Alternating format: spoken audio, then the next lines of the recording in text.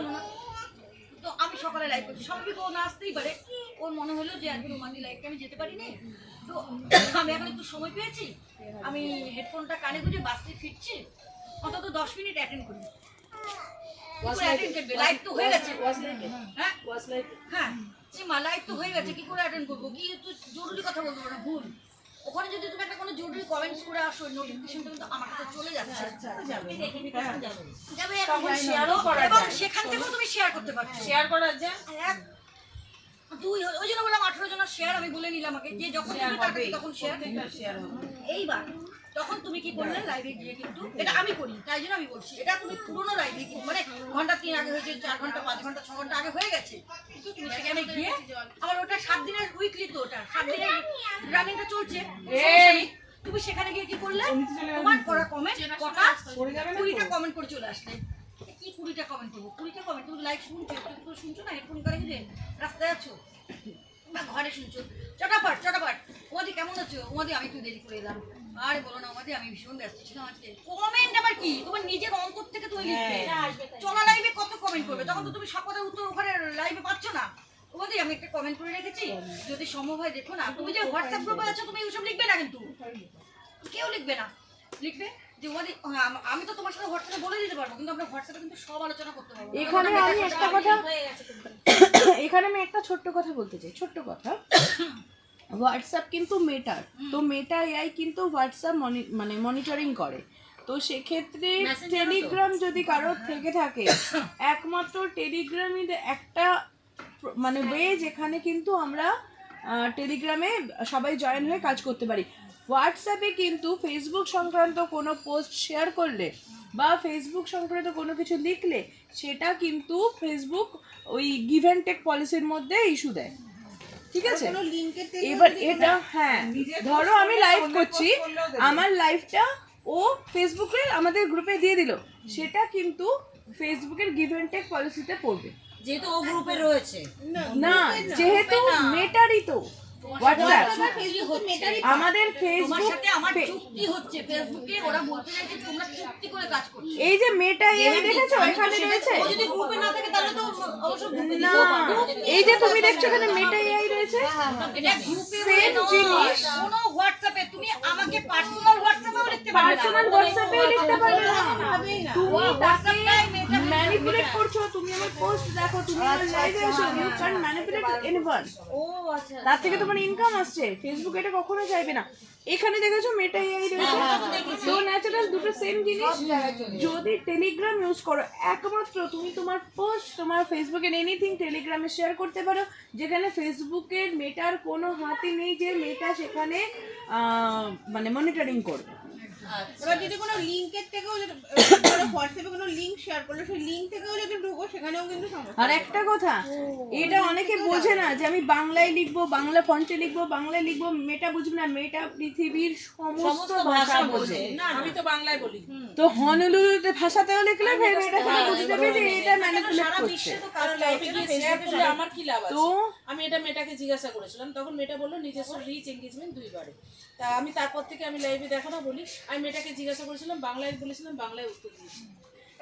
নিজের প্রোফাইলে শেয়ার করা যেতে পারে, প্রোফাইল বলতে এবার হচ্ছে এখানে একটা কথা, স্টোরি হয়, তা নিজের আইডি পেজ, আমি আমার প্রোফাইলের আইডি যেটা হয় সেখানে শেয়ার করা যেতে পারে, বাট আমি কখনোই কাউকে মেসেঞ্জারে বা আমি হোয়াটসঅ্যাপে শেয়ার করতে পারবো না। এটা এখানে আরেকটা কথা হচ্ছে যে পোস্ট শেয়ার মানে ধরো আমি একটা পোস্ট দিয়েছি, সেই পোস্টটা আমি বললাম গ্রুপে সবাইকে একটু শেয়ার করে দিতে, শেয়ার করে দিল।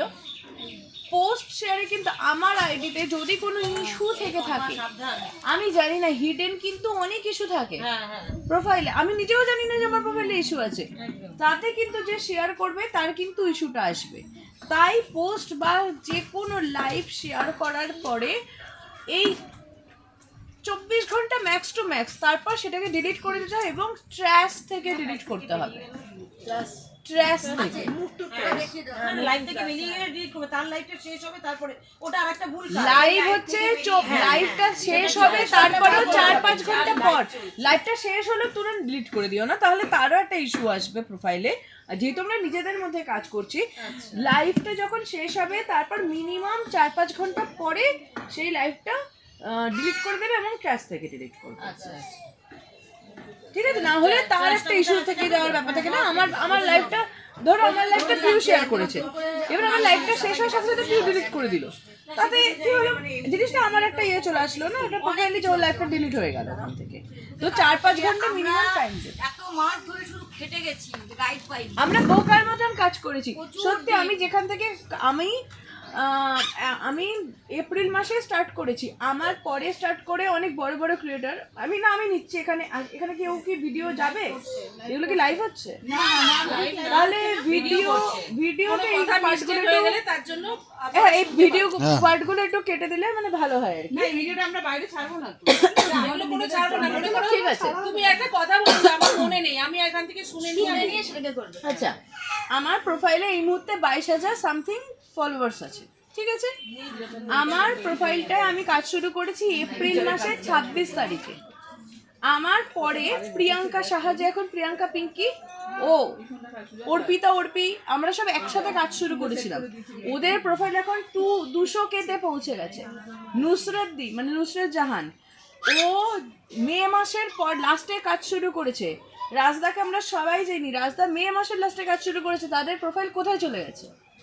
তাদের প্রত্যেকের প্রোফাইল কোথায় চলে গেছে আমরা যাইনি, কারণ আমরা সত্যি বুঝতাম না, বোকার মতন কাজ করেছি এই কাজটার জন্য। তারপর আমি পিছিয়ে আছি, আমরা তারা কিন্তু শুধু বুঝি না বলে পিছিয়ে বুঝি না বলে একদম তাই। কন্টেন্টের ব্যাপারে লোকে দাঁড়িয়ে ছবি তুলছে, সেই ছবিতে 2,500-3 হাজার কমেন্ট চলে আসছে। সত্যি লোকে একটা গুড মর্নিং পোস্ট করেছে, এটা ফুলের ছবি। হ্যাঁ, বলে না লোকে যে ফেসবুক যাকে ভাইরাল করে তাকে ভাইরাল কেন করছে, কারণ তারা কিছু টেকনিক মাথায় রেখে কাজ করেছে। আমরা যে টেকনিকটা রাখিনি, আমরা কি করেছি, আমরা বোকার মতন আপলোড করে দিয়েছি শুধু ফেসবুকে। এইগুলো করে যাবে না। যেমন যে শেয়ারিং এর ব্যাপারটা আমি মানে বড় ক্রিয়েটরের থেকে শুনেছি, শেয়ারিং কিন্তু 24 আওয়ার্সের বেশি কারোর পোস্ট শেয়ার করে রাখা যায় না। এটা আমরা নিজেদের সুবিধার্থে তো বলতে পারি না যে তুমি আমার পোস্টটা শেয়ার করে দাও। অনেক ছোট ক্রিয়েটর আছে যারা সত্যি একদম নতুন কাজ জানে না, তাদের বলে তোমরা আমার পোস্টটা শেয়ার করে দাও, আমি তোমাদেরকে ফুলের ভালোবাসা দিয়ে আসবো। কেন আমি তার প্রোফাইলটার ক্ষতি করবো? সে আমার পোস্টটা শেয়ার করে রেখেই দিয়েছে, এটা তার ইস্যু আসবে প্রোফাইলে। আমি অনেকে দেখেছি, মানে কোন বড় ক্রিয়েটর কারোর পোস্ট শেয়ার করে, অনেকগুলো লাইভ শেয়ার করে, কোন বড় ক্রিয়েটর কারোর পোস্ট কিন্তু শেয়ার করে না। সে কি বলে, তোমরা আমার পোস্ট শেয়ার করো, আমি তোমাদের উইকলি চ্যালেঞ্জ পূরণ করব। এটা তো করা ঠিক না। আর যারা বোঝে না তারা শেয়ার করে দেয়। তো এই জিনিসগুলো একটু মাথায় রেখে কাজ করতে শুরু করতে হবে। একটা ও যে কথাটা বললো তার একটা ভীষণ বড় দিচ্ছি। এই মুহূর্তে ভিডিওটাকে একটু স্টপ রাখো সবাই। হ্যাঁ, একটু স্টপ রাখো, কিছু